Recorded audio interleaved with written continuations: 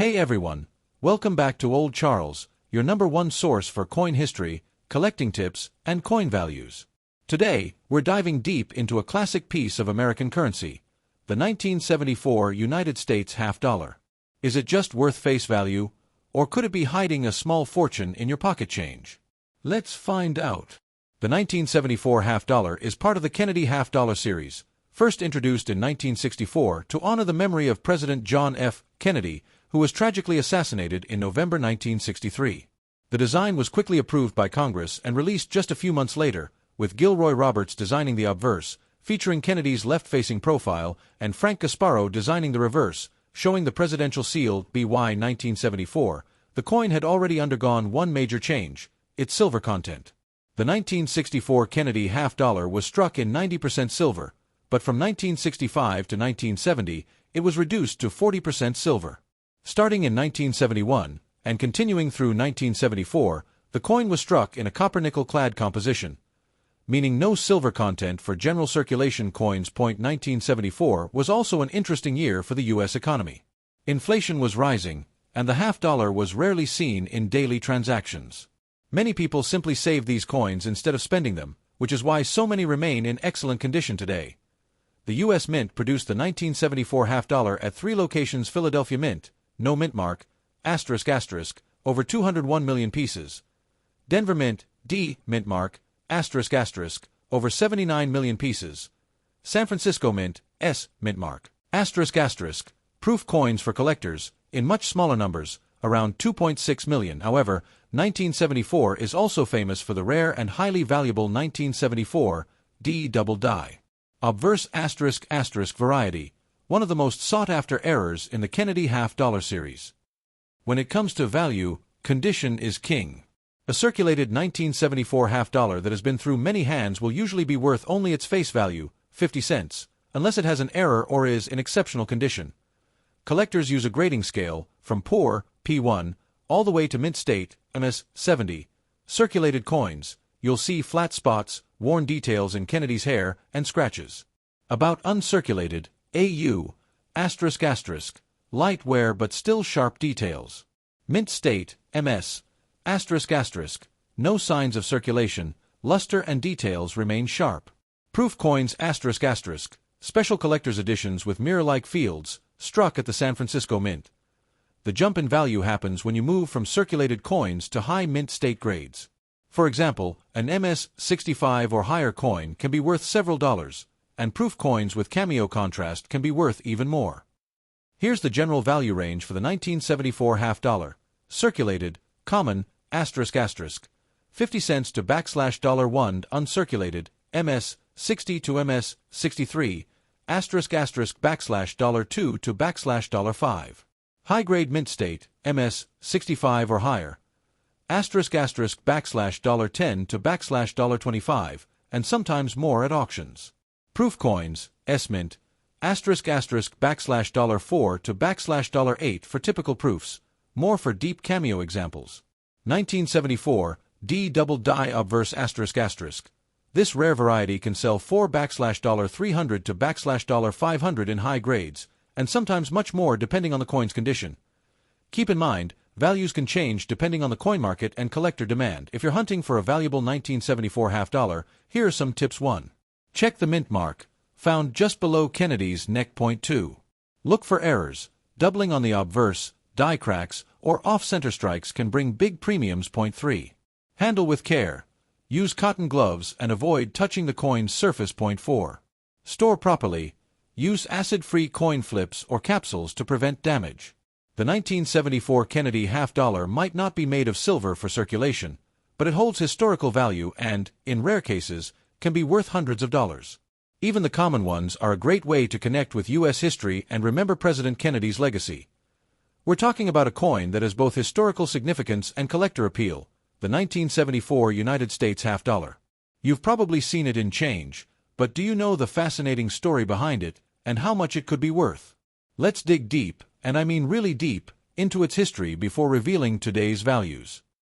To truly understand the 1974 Kennedy half dollar, we need to go back to November 22, 1963, the day President John F. Kennedy was assassinated in Dallas, Texas. His sudden death shocked the nation and the world. Just days after his passing, the U.S. Mint and Congress began discussing a way to honor him permanently. The idea of putting his portrait on a coin was quickly approved. Initially, the U.S. Mint considered replacing George Washington on the quarter with Kennedy's portrait.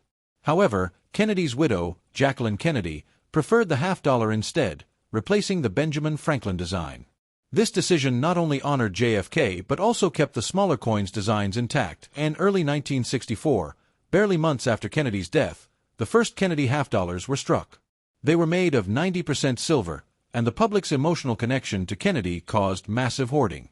People lined up at banks for rolls of the new coin, not to spend, but to keep as souvenirs. As a result, very few circulated in daily commerce. By the mid-1960s, silver prices were rising, making it too costly to produce coins with high silver content. Starting in 1965, the Mint reduced the silver content in Kennedy half-dollars to 40%. Even so, the hoarding continued. By the time the 1970s arrived, many Americans rarely saw half-dollars in their pocket change. In 1971, another major change occurred. The Kennedy half-dollar lost all silver for circulation strikes and switched to a copper-nickel clad composition. Proof and special collector coins could still contain silver, but the ones used in everyday transactions were all base metal. The year 1974 sits right in the middle of the copper-nickel clad era. The economy at that time was going through significant changes. Inflation was climbing, and the half-dollar was becoming even less common in everyday purchases. Despite this, the Mint produced massive quantities of the 1974 half-dollar. Philadelphia Mint, no mint mark, ***, over 201 million pieces. Denver Mint, D mint mark, ***, over 79 million pieces. San Francisco Mint, S mint mark, ***, around 2.6 million proof coins. The obverse features President Kennedy's left-facing profile, designed by chief engraver Gilroy Roberts. Roberts intentionally chose a strong, youthful portrait to represent Kennedy's energy and optimism. The reverse, designed by Frank Gasparo, shows the presidential seal, an eagle with a shield, olive branch, and arrows, surrounded by 50 stars representing the states. While 1974 is not the rarest year for the Kennedy half-dollar, it is notable for a few reasons. 1. The 1974 D double die obverse, a famous error variety where the date and some letters show clear doubling, making it worth far more than a regular coin. 2. High mint state survivors. Since half-dollars weren't heavily circulated, more coins survived in near-perfect condition compared to other denominations. 3.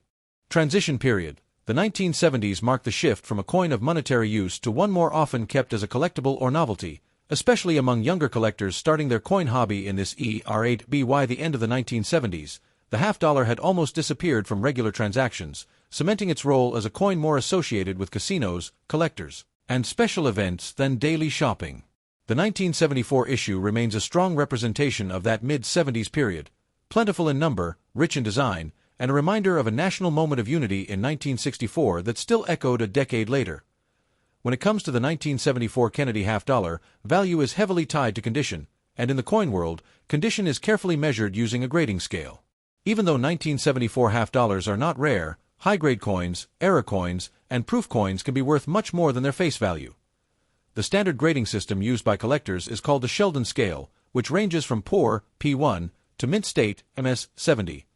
The coin is heavily worn, most design details are flattened. On a 1974 half-dollar, Kennedy's hair and cheek will be very smooth, the eagle's details on the reverse will be nearly gone, and the coin may have heavy scratches or even damage from circulation. These are usually worth only face value unless there's a rare error. The coin has moderate wear, but the main designs are still visible. Kennedy's hair will show some detail, and the date will be bold but not sharp. At this stage, there's only light wear, and many fine details in Kennedy's hair remain. The reverse eagle will still have visible feather lines, and the coin may have light luster. These coins have very slight wear only on the highest points, such as Kennedy's cheekbone and jawline, or the eagle's chest. They still retain most of their original mint luster. These coins have never been circulated and show no signs of wear. They may have small contact marks from the minting process but will display full luster.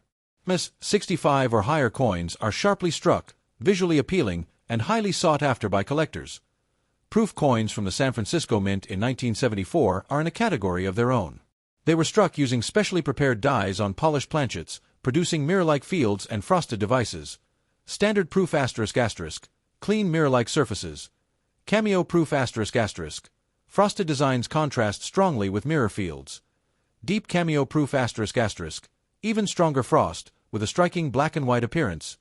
Deep cameo proofs, especially in perfect condition, can be significantly more valuable than ordinary proofs. For high-grade collectors, it's not just about absence of wear, it's about the look. Mint luster. The coin should have a radiant, cartwheel-like shine when rotated under light. Loss of luster means it's been handled or circulated. Strike quality ***. A well-struck 1974 half-dollar will show sharp details in Kennedy's hair strands, crisp lettering, and a fully detailed eagle on the reverse. Some 1974 coins suffer from weak strikes, where details look blurry despite being uncirculated. These are less desirable. Collectors who want to maintain or increase their coin's value should 1. Use cotton gloves. Oils from fingers can damage the surface. 2. Store in airtight holders. Prevents exposure to air and moisture. 3. Avoid cleaning. Cleaning coins can cause hairline scratches and ruin collectible value. 4. Keep in a stable environment. Avoid extreme temperature or humidity changes. The truth is, most 1974 half-dollars you find in change will be circulated and worth only 50 cents. But those that survive in brilliant uncirculated condition, or as high-grade proofs, are worth more, and the best preserved examples can be worth many times face value to serious collectors. Condition is the difference between a common coin and a prized piece in a collection.